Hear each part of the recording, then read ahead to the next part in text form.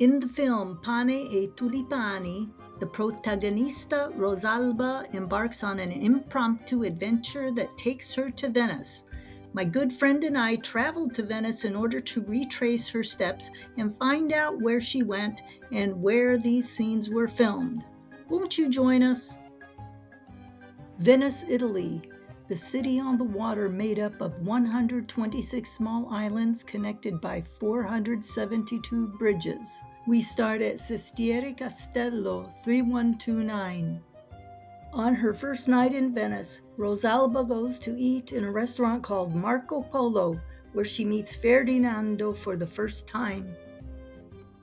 Notice the double doors of the restaurant and all the various marine decor, including fishing nets, ships, and a captain's wheel.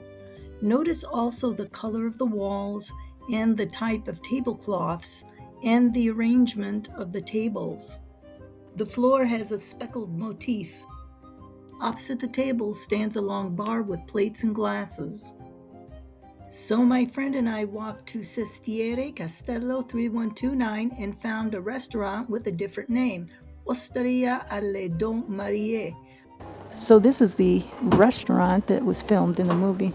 Even though this restaurant does not say Marco Polo, this was the restaurant that was actually used in the movie. We're going inside in a few minutes. No, that is not Ferdinando. The kitchen window. Take note of the same double doors. The tables have been rearranged and there are no tablecloths nor decor on the wall. We dined on a back patio under an arbor of honeysuckle. Chin chin. Leaving, we see the long bar in the same place. The floor has been remodeled with diagonal tile. Buonanotte, tutto bene, ottimo, grazie. Sì, lo scrivo. The wall has been repainted with a faux brick accent. Back out the double doors. Interestingly enough, there is a real restaurant in Venice called Marco Polo, but this one was not used in the movie, so we decided to go there. It opens from 11 a.m. to 11 p.m. It's located at Salizzada San Leo 5571. Lots of specials. Let's go in. Andiamo.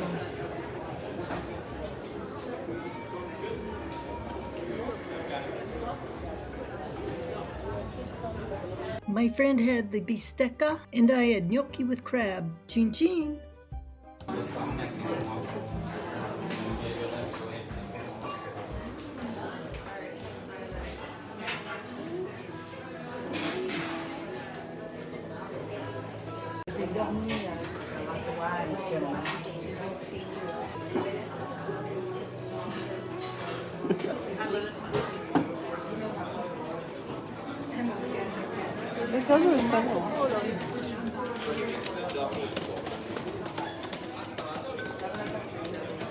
The following day, Rosalba decides to visit Piazza San Marco.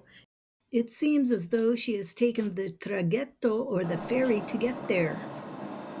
She sees the historic church of San Marco for the first time in her life, and she is simply amazed. When Rosalba first arrived in Venice, she came to Piazza San Marco. Let's take a look around.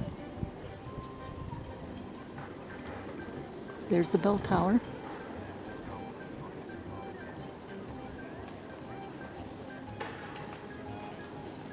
Cafe Florian.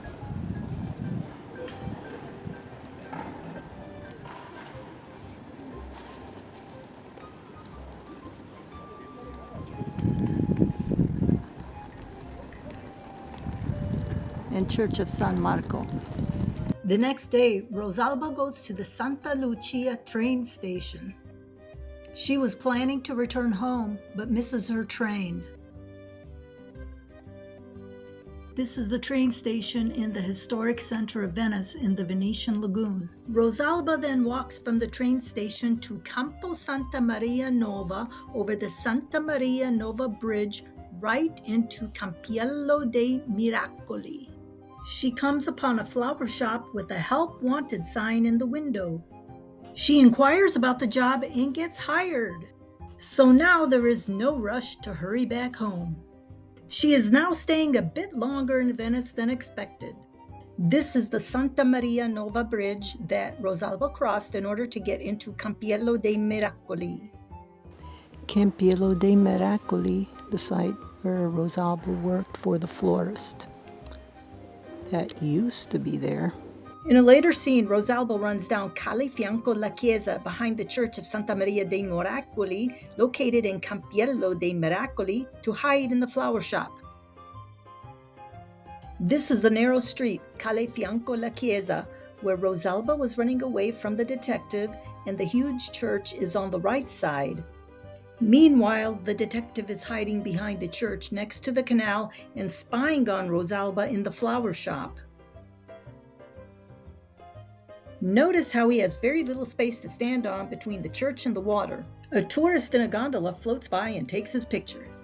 And right here on the corner is where the detective was spying on her and standing. Gondolas are floating by in front of the flower shop. The detective watches Rosalba through the window. Rosalba finally clocks out. She heads towards the Santa Maria Nova Bridge. And the detective pursues her, leaving a mess of cigarettes on the ground. Notice the same street lamps. The detective must have been hiding behind the corner of this building while smoking his cigarettes. The final scene of the movie takes place in Campiello dei Miracoli, where a dance party is being held in the evening. Rosalba is playing the accordion while Ferdinando is lip-syncing to a recording. Notice the Campiello dei Miracoli sign behind his head. From Campo Santa Maria Nova, in front of the canal, notice how the whole Campiello area is nicely lit up. Imagine the dance party being held here in this space. After her first day of work, Rosalba heads towards Ferdinando's house by way of Campazzo San Sebastian 1719. She walks by this gray building on her way to Ferdinando's to see if he could rent her a room for another night. In another scene in the evening, Rosalba is running away from the detective, and he chases her behind this big gray building. It's dark, and he hides. Siamo qui. We are here in front of the same building. It's located in Campazzo San Sebastian 1719. Rosalba and the detective both walked in front of this building. And I'm going to go around and show you a 360 panorama of Campazzo San Sebastian. It's a good-sized area. There's the back of the church of St. Sebastian with its bell tower, the long wall of the courtyard of the church, and back to the building. At first we thought that this was Ferdinando's house, but later discovered Ferdinando lived elsewhere. Rosalba walks back over the Grand Canal to Ferdinando's house where she is renting a room. In the movie, it seems that when she walks past this gray building and turns the corner, she is immediately at Ferdinando's, but that is not the case. The gray building and Ferdinando's house are nowhere near each other. Notice the greenish-blue light shining through the grate above the door. And in this later scene, we get the same illusion again, that the gray building and Ferdinando's house are next to each other. But they are not.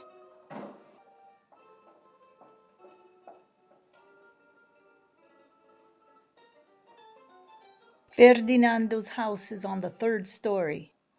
We found Calle Minotto and followed it straight to Ferdinando's house. The address is Ramo Primo Minotto 2331. Notice the same 3 stories, plus the exterior has been revitalized a bit. Interestingly, the same bluish-green light still shines through the upper grate of the door. The next morning, Rosalba follows Ferdinando to the Marina and spies on him. She was wondering where Ferdinando disappears to every morning. Gets up early and discovers that he has a grandson that he takes to school. Via the Marina.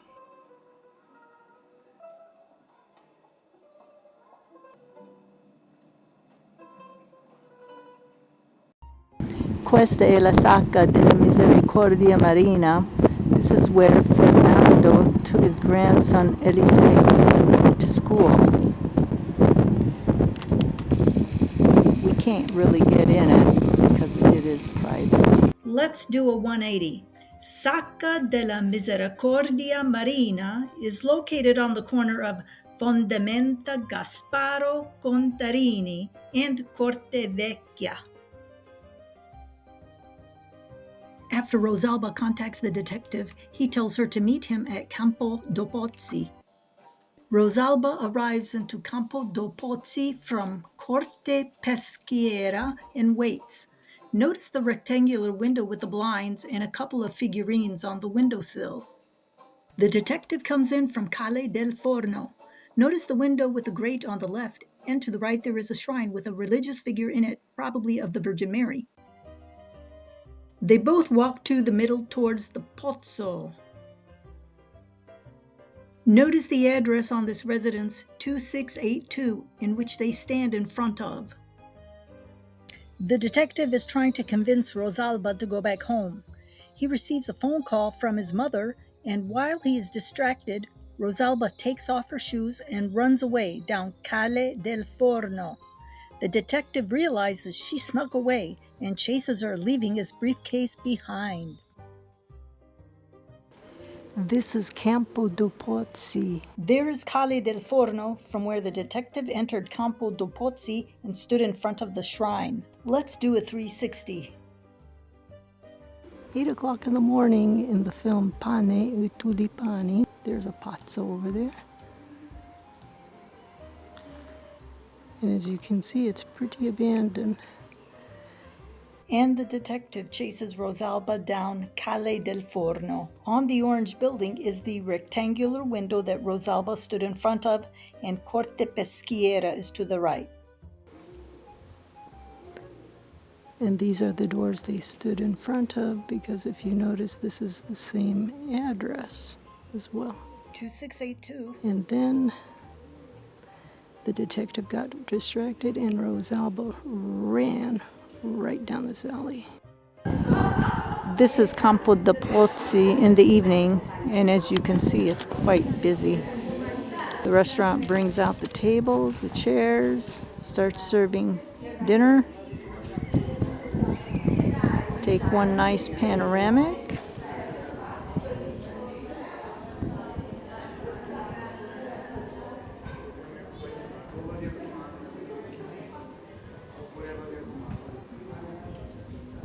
And look at the beautiful architecture.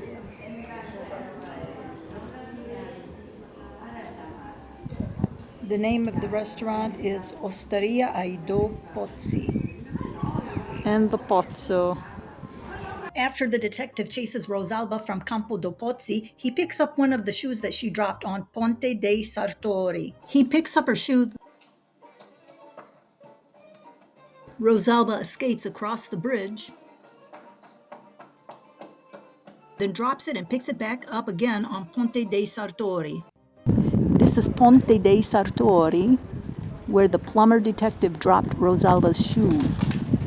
Ponte dei Sartori is close to Fondamenta dei Sartori, Salizzada dei Spezier, and Salizzada Seriman. In conclusion, if you ever find yourself in Venice and you want to retrace Rosalba's steps, this map may be a bit confusing and cumbersome. Instead, try this easier map by starting at the train station and going counterclockwise. Check the show notes for all the addresses. Thank you for watching. Please subscribe and give this video a thumbs up, and see you in Venice!